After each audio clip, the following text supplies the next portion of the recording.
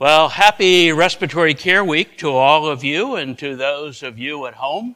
It's always great for me to talk to respiratory therapists, being a respiratory therapist myself now for more than 50 years, and I hope that will continue for some time. So thanks to the committee for inviting me, and thanks to you for your welcome of me. This, I think, is what Colleen had already talked to you about, so I will not belabor that. This morning, I will be talking about non-invasive ventilation. I understand that some of you work in acute care, some of you work in home care, and I'm hopeful that there will be aspects of this presentation that will be worthwhile to both audiences. These are my objectives: to compare the guidelines for non-invasive ventilation in acute care setting and long-term care in the home, to compare the application of non-invasive ventilation for COPD and neuromuscular disease, and to describe equipment used for non-invasive ventilation. These are my disclosures. There's a long list. For the most part, these are employers of mine and also several publishers from which I receive royalties. This morning we'll be talking about non-invasive ventilation, and I wanted to begin with this cartoon which compares non-invasive ventilation where we apply an inspiratory pressure greater than an expiratory pressure. That unloads the work of breathing, so the pleural pressure swings are fewer or less, and the tidal volume is augmented. So this morning we will be talking about non-invasive ventilation, where we are applying ventilation. We are not talking, for the most part, about CPAP. We are not talking about high-flow nasal cannula. So each of these are forms of non-invasive respiratory support, but we'll just be talking about non-invasive ventilation this morning. In the acute care setting, we now have a lot of high-level evidence to support the use of non-invasive ventilation, and that non-invasive ventilation affords a survival benefit for appropriately selected patients. As is shown here, there is good evidence to support the use of non-invasive ventilation for acute COPD, for acute pulmonary edema, for the treatment of postoperative acute respiratory failure, and for the prevention of post-extubation acute respiratory failure. And what I show in the box is the number to treat, which is the number of patients that we would need to treat with non-invasive ventilation in order to save a single patient's life. And you can see those numbers are very small. Overall, a number needed to treat of 13. So in other words, for every 13 patients who we as respiratory therapists appropriately apply non-invasive ventilation, one additional life will be saved. So very powerful evidence to support the use of non-invasive ventilation in these types of patients in the acute care setting. A few years ago, the European Respiratory Society and the American Thoracic Society put together a group to develop clinical practice guidelines for the use of non-invasive ventilation in the acute care setting. I was fortunate to be part of this group where we went through all of the evidence that had been published up until that time and wrote guidelines for the use of non-invasive ventilation. And our strongest recommendations were for the use of non-invasive ventilation for hypercapnic COPD exacerbation and for acute cardiogenic pulmonary edema. So there is high-level evidence supporting the use of non-invasive ventilation in these patients, and I would submit to you that for patients with COPD exacerbation or acute cardiogenic pulmonary edema, non-invasive ventilation is the standard of care, and that should be offered to all of our patients who present with those diagnoses. And this is based upon a lot of evidence, a lot of randomized controlled trials, high-level evidence.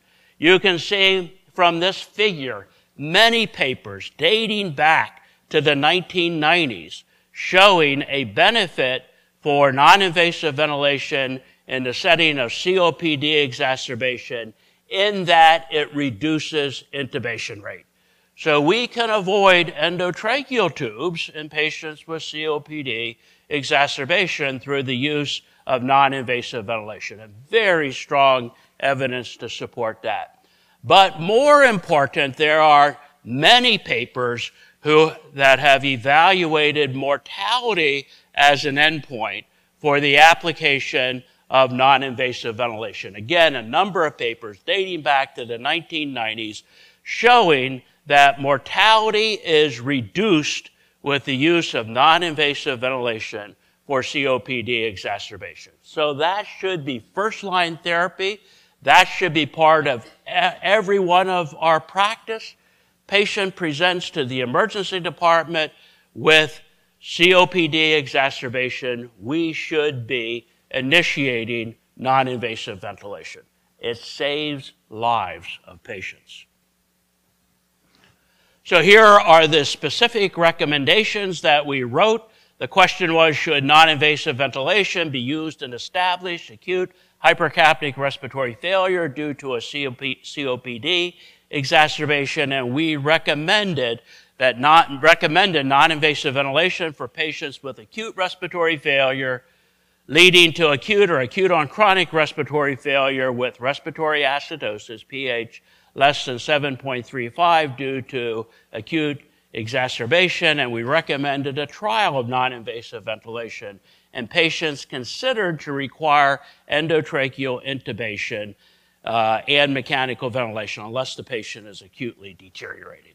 So obviously if the patient is apneic, we're going to intubate the patient and put them on invasive mechanical ventilation. But otherwise, high-level therapy from very good studies supporting the use of non-invasive ventilation for COPD exacerbation.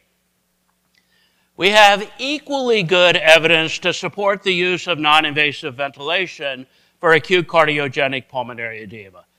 The question, however, I think that comes up sometimes at the bedside is, do we need to use non-invasive ventilation for these patients, or will CPAP by itself be equally effective? So should we use CPAP for acute cardiogenic pulmonary edema, like 10 centimeters of water CPAP, or should we use non-invasive ventilation, like 15/5 of bilevel ventilation? Well, the evidence shows that it doesn't make any difference. So here are a whole bunch of studies that have compared CPAP to non-invasive ventilation, and outcomes were the same with either approach. So if in your practice you like to use CPAP for acute cardiogenic pulmonary edema, fine. If you like to use non-invasive ventilation, fine. The evidence shows that outcomes are similar with each. Now, what about patients with acute hypoxemic respiratory failure? And this has been a controversial area for many years. So a patient who shows up with pneumonia, for example, who does not have cardiogenic pulmonary edema, who does not have COPD exacerbation, they are hypoxemic. Should we put them on non-invasive ventilation? And the evidence is really not very supportive of that. And I know during COVID, this was a big question as to whether we should use non-invasive ventilation in patients with COVID with hypoxemic respiratory failure. And I would point you to this paper published back in 2015, one of the first papers published about high-flow nasal cannula. And then this study, they compared high-flow nasal cannula, standard oxygen therapy, and non-invasive ventilation. And what we're looking at on the y-axis is the probability of survival. Note the group that had the lowest survival, non-invasive ventilation. So this would suggest that perhaps we should take pause before using non-invasive ventilation in patients with acute hypoxemic respiratory failure. And maybe this is where we should be thinking more about the use of high-flow nasal cannula, another form of non-invasive respiratory support. And I think this is particularly true in patients with ARDS. Again, it's been very controversial over the years as to whether we should use non-invasive ventilation in patients with ARDS. And I would suggest to you that the evidence does not support the use of non-invasive ventilation in this patient population, particularly in the patients who are more hypoxemic with a PO2-FiO2 ratio less than 150. So what we're looking at here on the y-axis is the probability of survival, and the heavy line is invasive ventilation, the lighter line is non-invasive ventilation, and you can see that in more hypoxemic patients, PF ratio less than 150, the survival is actually much better for invasive mechanical ventilation than non-invasive ventilation. So I would say you should have some pause about the use of non-invasive ventilation in patients with ARDS, particularly those who are more hypoxemic. You may say, well, what about the ones that aren't so bad? Well, the evidence there, as is shown in the box in the right, is that it probably doesn't make any difference one way or the other. So let me then change my focus. And for the next part of the presentation, we will talk about the use of non-invasive ventilation in the home. And this is something that I think is important not only to respiratory therapists who work in home, but those of us who work in the hospital setting, because we might think about sending patients home from the hospital on non-invasive ventilation, an area that is controversial, and I'll come back to in a minute. We now have very strong evidence supporting the use of non-invasive ventilation in the home in patients with severe, stable COPD. This is a randomized controlled trial published in Lancet Respiratory Medicine almost 10 years ago now, looking at the use of non-invasive ventilation in patients at home with chronic stable COPD or not using non-invasive ventilation. What we are looking at on the y-axis is mortality. The blue line is the patients who did not get non-invasive ventilation. The red line is the patients who got non-invasive ventilation. Look at how much lower is the mortality for the patients who received non-invasive ventilation. That is a big signal. That is strong support for the use of non-invasive ventilation in patients with severe, stable COPD. And as I also put on the slide, in this study, for patients receiving COPD, they targeted the non-invasive ventilation settings to reduce the PCO2, to try to correct the hypercapnia. So this is a point we're going to come back to again in a few minutes. So how aggressive should we be with non-invasive ventilation in patients with chronic, stable, hypercapnic COPD? Well, we should be aggressive to the point that we can reduce and hopefully normalize these patients' PCO2. And the evidence shows that when the PCO2 can be normalized, patients live longer than otherwise. So sometimes that may require pretty high settings on non-invasive ventilation.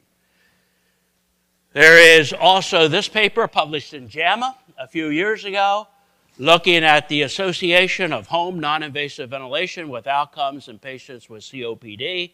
And here again, we're looking at mortality as an outcome. And you can see that whether we look at randomized controlled trials or we look at randomized controlled trials and observational studies, overall there is a significant reduction in mortality with the use of non-invasive ventilation in patients with chronic stable COPD. And here we come back to this term, number needed to treat again. The number needed to treat, depending upon whether we look at randomized controlled trials or include observational studies, is around 14 to 17 patients. So we only need to treat a few patients, fewer than 20 patients with chronic stable COPD using non-invasive ventilation in order to save a single patient's life. So I would submit to you powerful evidence to support the use of non-invasive ventilation, not only in the setting of a COPD exacerbation in the acute care setting, but also very robust evidence to support the use of non-invasive ventilation in patients with chronic stable COPD. To address this, a few years ago, the American Thoracic Society put together another team, and I was fortunate to be invited to be part of this guidelines panel as well, to look at long-term non-invasive ventilation in chronic stable hypercapnic COPD. So what we were charged to do was to look at all of the evidence that had been published to date and then make guidelines for clinicians like you and me around the use of non-invasive ventilation for chronic stable COPD. And these were our recommendations. So these were just published about 3 years ago. So they're relatively recent. So we suggested nocturnal non-invasive ventilation in addition to usual care for chronic stable hypercapnic COPD. The evidence supports that we should be using non-invasive ventilation at night in patients with chronic stable COPD. We suggested that patients with chronic stable COPD should undergo screening for obstructive sleep apnea before initiation of long-term non-invasive ventilation. There is an overlap syndrome in patients with COPD where there's an overlap between COPD and obstructive sleep apnea. Many patients with COPD have both, so it is important then that they have a sleep study to either rule out OSA or to effectively treat their OSA. So I guess this is a little bit of an overlap with the people who are in the other room. Now, this was the guideline that has proven to be very controversial. So we recommended, based upon the evidence that we had at the time, not using in-house initiation of long-term NIV after acute on chronic respiratory failure, favoring instead reassessment for non-invasive ventilation at 2 to 3 weeks after resolution.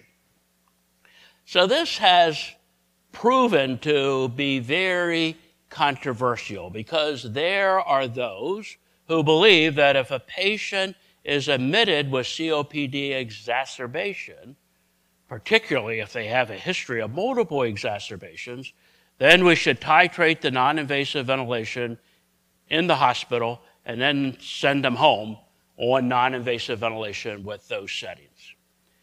And I actually tend to be in that camp. And I think that there is probably evolving evidence to suggest that it is reasonable to consider sending a patient who is admitted with COPD exacerbation home directly on non-invasive ventilation. So the thought here was, well, maybe after the patient recovers completely for their exacerbation, they won't need non-invasive ventilation after all. The problem that I have with that is then a lot of those patients just get forgotten in the system. So we say, well, we should have them come back and see if they need non-invasive after a month. And guess what? Patients don't come back. So maybe it is better, despite a guideline that I helped to write. I'm telling you that I think that we might consider sending patients home, COPD patients home, on non-invasive ventilation, nocturnal non-invasive ventilation, after a COPD exacerbation. This, by the way, has payers like CMS a bit in an uproar, because this could be a lot of patients who will need non-invasive ventilation devices at home.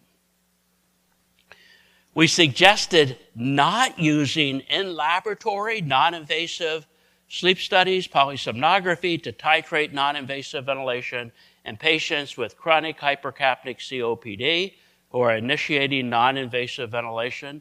The evidence does not support doing that, and I would submit to you, in all due respect to our sleep friends, that they tend to think more about issues like OSA than COPD. And the settings that we would use for non-invasive ventilation for COPD, I think you would agree with me, will be different than the settings that we would use for OSA. So these patients need to be on non-invasive ventilation, inspiratory pressures often fairly high. They don't need to be on a CPAP of 12 or CPAP of 8 or CPAP of 15. They need true ventilation. And this is a point that I mentioned before. We suggested that non-invasive ventilation be targeted for normalization of the arterial PCO2 in patients with hypercapnic COPD on long-term non-invasive ventilation. So then what settings should we be selecting on the ventilators that we are using for nocturnal non-invasive ventilation in patients with chronic stable COPD? The settings should be titrated to reduce the arterial PCO2 and to ideally normalize the PCO2. In other words, get it to less than 45 millimeters of mercury. So in some patients, this may require relatively aggressive approaches to the setting of non-invasive ventilation. 10/5 may not cut it in many of these patients. Now, this is where I first wanted to raise the issue that in the home application of non-invasive ventilation, CMS has imposed upon us very confusing terminology. So there are devices that are respiratory assist devices without a backup rate, the EOS 470 devices. There are devices that are respiratory support devices, categorized, I would say, by CMS, that have a backup rate, and then there are home mechanical ventilators. The point that I want to make here is that CMS established these codes, which, to my mind, have very little clinical relevance. So these are not clinical codes. These are codes that were established for payment for non-invasive ventilators in the home.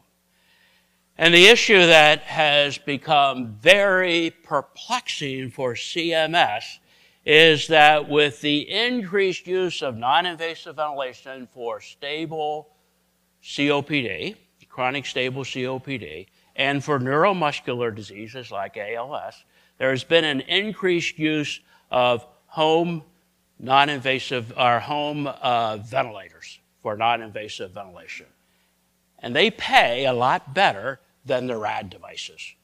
So, of course, CMS looks at this from the standpoint of the bottom line, not from the standpoint of what is important clinically, and have expressed a lot of concern about the increased number of home ventilators that have been prescribed for non-invasive ventilation.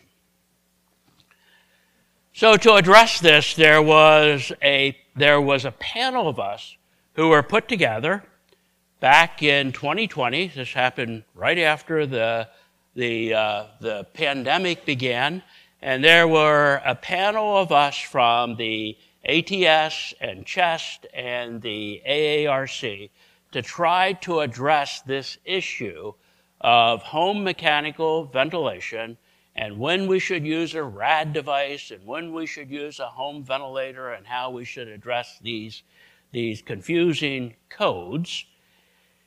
And this, I will read this. This is from our executive summary that we published in CHEST about 2 years ago, where we wrote a major defect for current policies is the failure to clearly identify the patient phenotype, in other words, the type of patient that requires either initial or transition to the use of non-invasive ventilation with home mechanical ventilation therapy. So it's unclear who can go home with a RAD device, standard bi-level device, or who needs a home mechanical ventilator.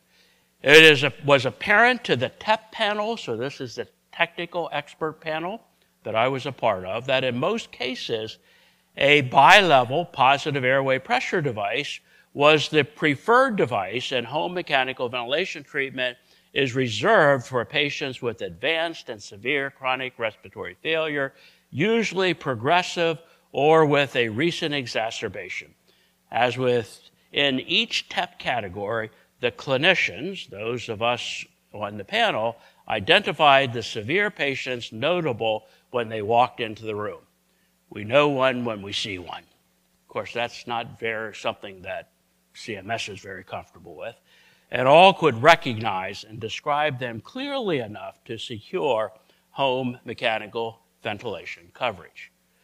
So essentially what we said, well, usually for most patients, one of the simpler devices, the respiratory assist devices, will be okay. But there are clearly a number of patients who will benefit from a more sophisticated home ventilator for the use of non-invasive ventilation. So then the question becomes, well, when should we use the more sophisticated home ventilator rather than the respiratory assist device? So for COPD exacerbation, what we said was patients with a PCO2 greater than or equal to 52 millimeters of mercury, not for COPD exacerbation, for long-term chronic stable COPD, we should use non-invasive ventilation in patients who have an awake PCO2 greater than 52 millimeters of mercury. And then what we should do is we should titrate the settings to try to normalize the PCO2. So then when should we use the more expensive, more sophisticated home mechanical ventilation device rather than a simpler bi-level device? And we said that we should use the home mechanical ventilation device if the patient requires daytime use in addition to nocturnal use, requires an inspiratory pressure greater than what can be delivered with the RAD device. They need an FiO2 greater than 40%, which is uncommon in these patients. If they need mouthpiece ventilation, and if they need a battery backup and an advanced alarm requirement. So I think these are pretty specific criteria for when we would use the more expensive device rather than the less expensive device. This is what we came up with for patients with thoracic restrictive disorder. So what types of patients who are we talking about here? Well, the most common are patients with ALS, although they could be patients with muscular dystrophy and other neuromuscular diseases. And one of the things that we introduced here, and I was part of the writing panel for this, and this is new, we introduced the concept, which there is evidence to support, that we should be initiating non-invasive ventilation, nocturnal non-invasive ventilation in these patients, such as patients with ALS, when their vital capacity drops to less than 80% of predicted if they also have symptoms. That is new. So up until this point, what got someone qualified with neuromuscular disease for nocturnal non-invasive ventilation was a vital capacity less than 50%. So we raised that to 80%, provided that the patient also has symptoms. I suspect that our friends at CMS are not terribly comfortable with that or happy about it, because it means that a lot more patients with neuromuscular disease, like our ALS patients, will end up on home non-invasive ventilation. But that, we felt, was supported by the literature, and that's what we recommended. What about the more sophisticated, expensive home ventilation devices? Well, we recommended that we go to those directly if the vital capacity is less than 30%. And one of the things that we introduced here, which we thought was quite important, is when the patient needs non-invasive ventilation for more than 18 hours a day, that they should have 2 devices. I think, again, our CMS colleagues are probably not very happy about that recommendation. But if you think about it, if you had a patient with a trach who's on a ventilator at home, they would always have a second ventilator, so that if one fails, you can use the other. Or you can have one in the bedroom and one on the wheelchair and so forth. So we are recommending here that in patients with neuromuscular disease on non-invasive ventilation, using that for greater than 18 hours a day. And I've had a lot of ALS patients, and I worked in the ALS clinic for many years, who would qualify here, would get 2 home mechanical ventilators. I'd also point out that these guidelines were written and published just within the last year. Just a few months ago, CHEST wrote new guidelines for respiratory management of patients with neuromuscular weakness. Again, these are ALS patients, Duchenne muscular dystrophy patients, other patients with neuromuscular disease. And again, they adopted the same criteria that we did in our TEP report, which is if a patient has a vital capacity less than 80% of predicted and also has symptoms, like they're also dyspneic on exertion and so forth, we should start non-invasive ventilation, nocturnal non-invasive ventilation. So again, prior, the recommendation was a vital capacity less than 50%. So we raised that to 80% if the patient has symptoms. I would also point out that you can use muscle pressures as well. And some clinics use muscle pressures. I think most clinics use vital capacity. So now with the remaining time that I have, which looks like it is 10 minutes or more, about 15 minutes. I also get confused by the timer. I thought it was saying that I was already up to 56 minutes, but it says 33 minutes and 55 seconds. So at any rate, I'll get it figured out. I'll get it figured out by my talk tomorrow morning. So let's talk a little bit about some of the technical aspects of non-invasive ventilation, because clearly this is where you and I, as respiratory therapists, can make a big difference, selecting the right devices, the right ventilators, the right interfaces, and so forth. And a lot of this has to do with the selection of the correct interface. So in the acute care setting, there are many interfaces that we potentially could use. I think the bottom line is here that we should select either an oronasal mask or a total face mask for acute respiratory failure. So in the patient in whom we are applying non-invasive ventilation for acute respiratory failure to avoid an intubation, and those patients' mouth leak can be very problematic. So I think that it's best just to go straight to an interface that covers the nose and the mouth, and that might be an oronasal mask, or it could be a total face mask. And if you're not familiar with the total face mask, I'll talk a little bit more about that in a few minutes, because that's also a way to reduce the amount of facial skin breakdown.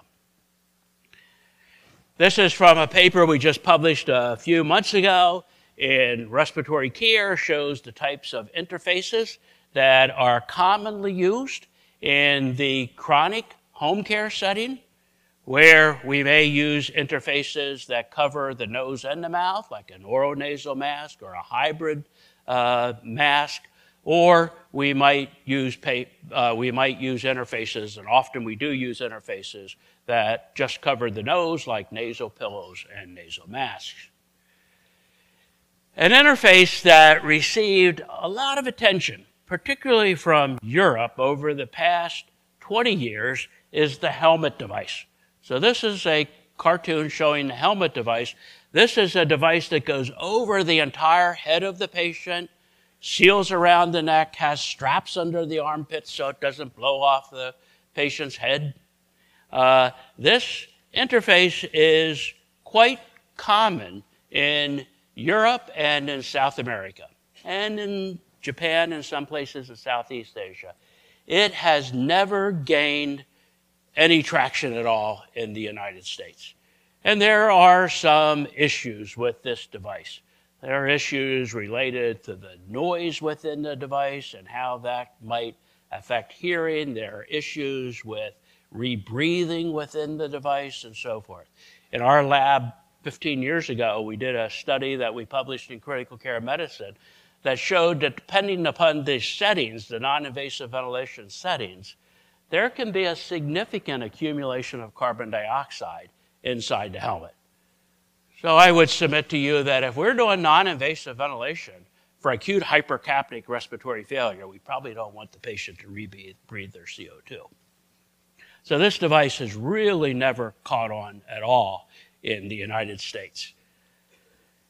And then this shows the mouthpiece device. The mouthpiece device is, I would say, somewhat commonly used in patients with chronic neuromuscular disease who are on non-invasive ventilation.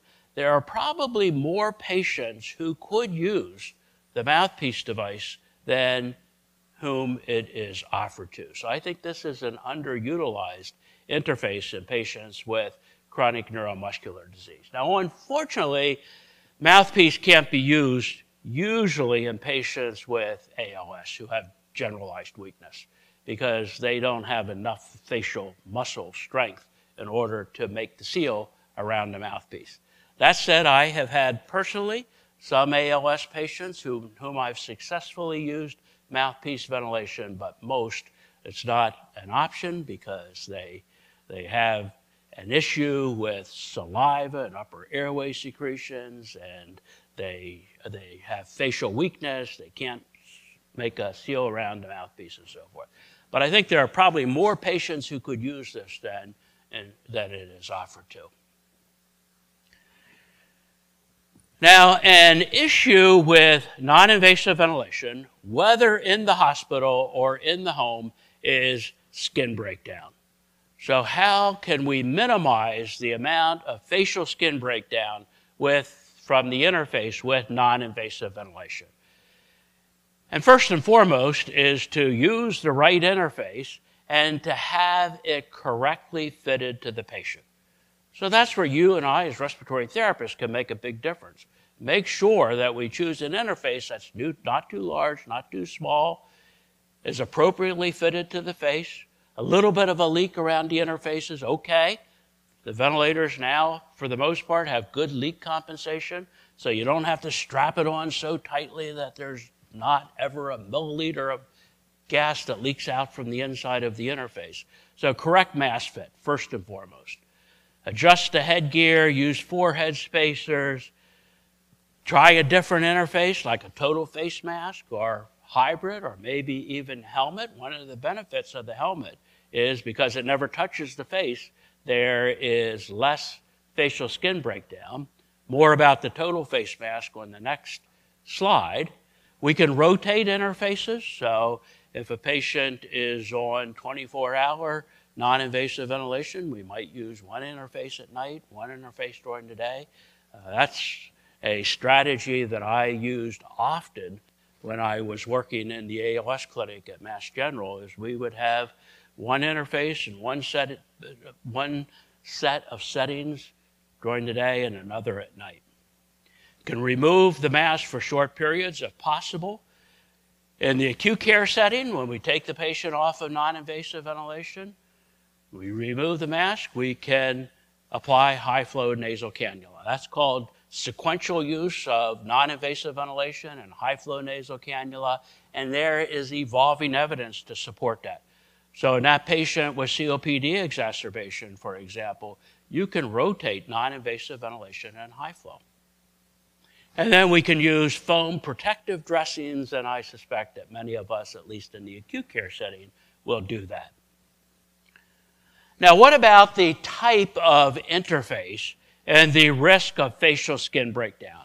This is a paper we published almost 10 years ago now in Respiratory Care, showing that with the use of a total face mask, showing some examples on the slide, as opposed to an oronasal mask, there is significantly less facial skin breakdown.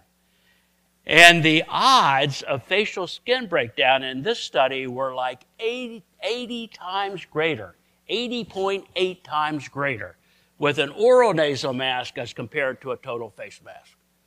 So at least in the acute care setting, and perhaps even in the home care setting, you can consider the use of a total face mask rather than an oronasal mask to reduce the amount of facial skin breakdown. And I personally, anecdotally, have used that in both patients in the acute care setting and patients on home non-invasive ventilation. Now, what about the ventilator that we use for non-invasive ventilation? Well, in the acute care setting now, we have many ventilators from a number of manufacturers who have non-invasive ventilation and invasive ventilation modes built into the same device. So I would say that that has made the use of non-invasive ventilation in the acute care setting much more convenient, to have a device that does both invasive and non-invasive. So you can use the same ventilator for non-invasive, and if the patient fails non-invasive and needs to be intubated, keep them on the same machine. Just switch the interface. And then if you extubate the patient to non-invasive ventilation, a very reasonable thing to do, well, you can keep the patient on the same ventilator, the same settings, just take out the endotracheal tube, use the same machine to continue ventilation non-invasively. So modern ventilators then have many of these have good leak compensation. They can be used for non-invasive, invasive, high-flow nasal cannula, all in the same platform, precise FiO2. Alarms, you may argue that the alarms are good or they're bad. Excessive alarms are certainly not desirable. They have good monitoring. You can use them for transport and so forth. So clearly we have much better ventilators today for non-invasive ventilation than we had 25 years ago when I was first using non-invasive ventilation in my practice.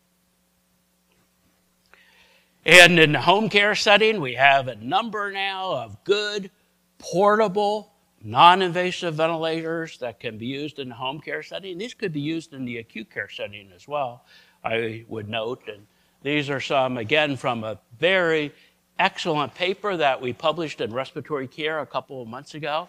So you may want to look at this patient by Hess and Fleischman, published in Respiratory Care back in the summer.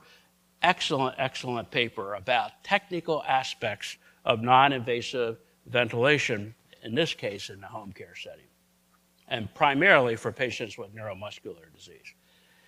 Humidification is important for non-invasive ventilation. It is important for patient comfort. It is also important to prevent drying out of secretions in the upper airway.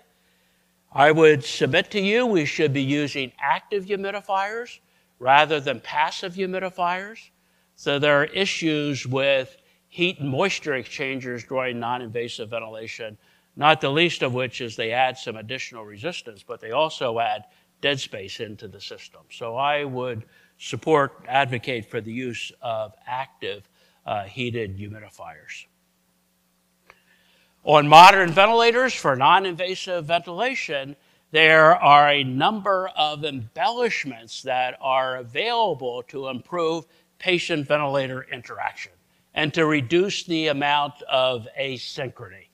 And again, this is from the Hess inflation paper that I have now had a number of slides about, but they point out in this paper with newer machines, we can adjust triggers, we can adjust cycles. There are ways that we can fine-tune the adjustments on the ventilator to make the interaction between the patient and the ventilator more smooth. For home non-invasive ventilation, there are a number of settings we can use. Traditionally, we have used modes like spontaneous time mode.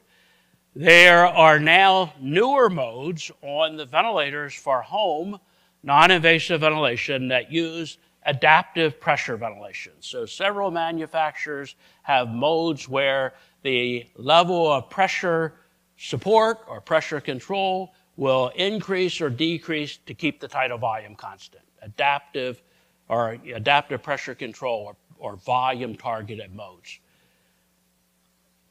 The only thing I'll say about those is their use is controversial. So there is not a standard that says that the adaptive modes are better than the fixed modes, like good old-fashioned spontaneous time mode.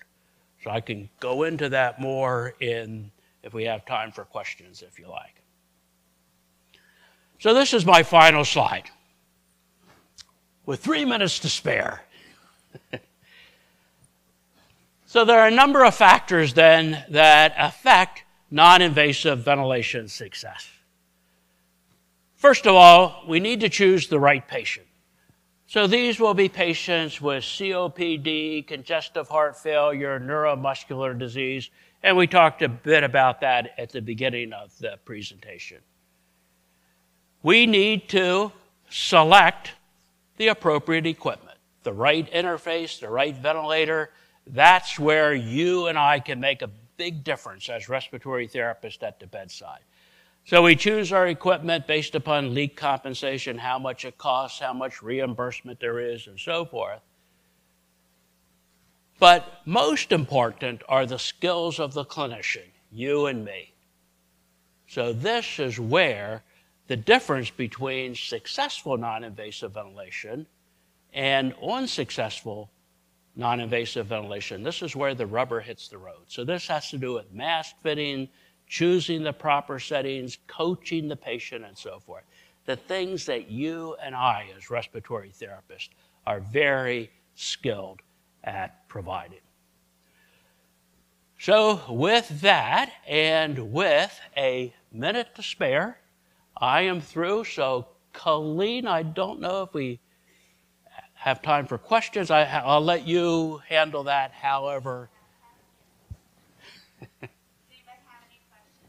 Otherwise, Dr. Hess will be around for the next panel discussion, and then we'll have a little bit of time after that if you have any questions.